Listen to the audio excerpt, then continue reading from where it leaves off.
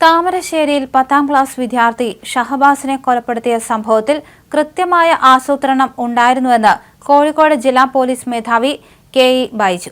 കുട്ടികൾ എന്ന നിലയിലായിരുന്നില്ല മർദ്ദിച്ചവരുടെ ആലോചനയെന്നും അദ്ദേഹം പറഞ്ഞു.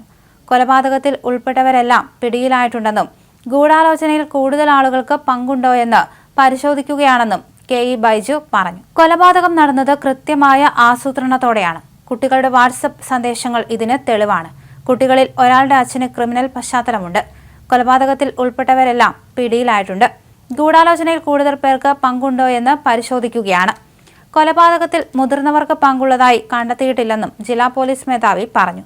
അതേസമയം താമരശ്ശേരി ഷഹബാസ് കൊലപാതകത്തിലെ പ്രതികളായ വിദ്യാർത്ഥികൾ പരീക്ഷ എഴുതുന്ന വെള്ളിമാട്ടുകുന്ന് ഒബ്സർവേഷൻ ഹോമിന് മുന്നിൽ KSU പ്രതിഷേധമാണ്. പ്രവർത്തകരെ പോലീസ് അറസ്റ്റ് ചെയ്ത് നീക്കി.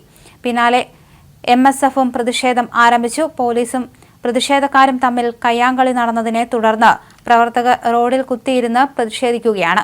ഷഹബാസ് വധക്കേസ് പ്രതികളെ SSLC പരീക്ഷ എഴുതാൻ അനുവദിക്കില്ലെന്ന് ആഹ്വാനം ചെയ്തുകൊണ്ടാണ് പ്രതിഷേധം നടന്നുവരുന്നത്. പ്രതികളുടെ പരീക്ഷാ കേന്ദ്രം മാറ്റണമെന്നാവശ്യപ്പെട്ട് പരീക്ഷാ ഭവൻ സെക്രട്ടറിക്ക് പോലീസ് കത്തയച്ചിരുന്നു. ഇത് പ്രകാരമാണ് പരീക്ഷാ കേന്ദ്രം മാറ്റിയത്. ഈ വിദ്യാർത്ഥികളെ പരീക്ഷ എഴുതാൻ അനുവദിക്കുന്നതിനെതിരെ ഷഹബാസിന്റെ പിതാവ് ഉൾപ്പെടെയുള്ളവർ രംഗത്തെത്തിയിരുന്നു.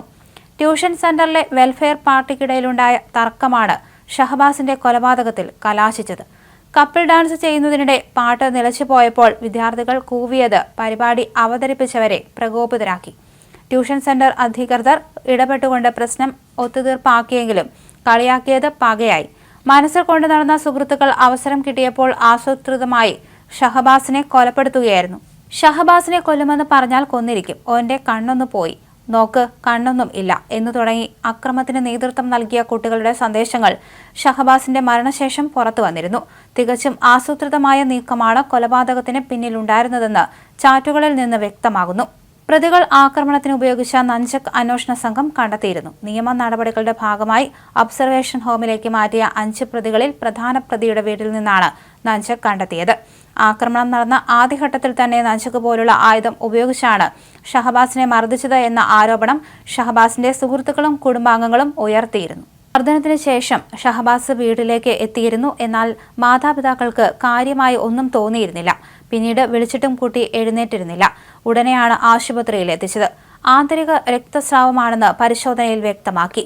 അതേസമയം പിന്നീട് രാത്രിയോടെ മരണം സംഭവിക്കുകയും ചെയ്തു.